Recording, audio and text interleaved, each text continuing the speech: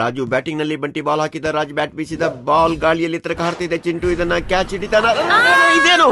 ಚಿಂಟುಗೆ ನಾಯಿ ಕಚ್ಚಿತು. ಚಿಂಟು ಅರೆ ನಾಯಿ ತಾನೇ ಕಚ್ಚಿದ್ದು, ಸರಿ ಹೋಗ್ಬೋದು.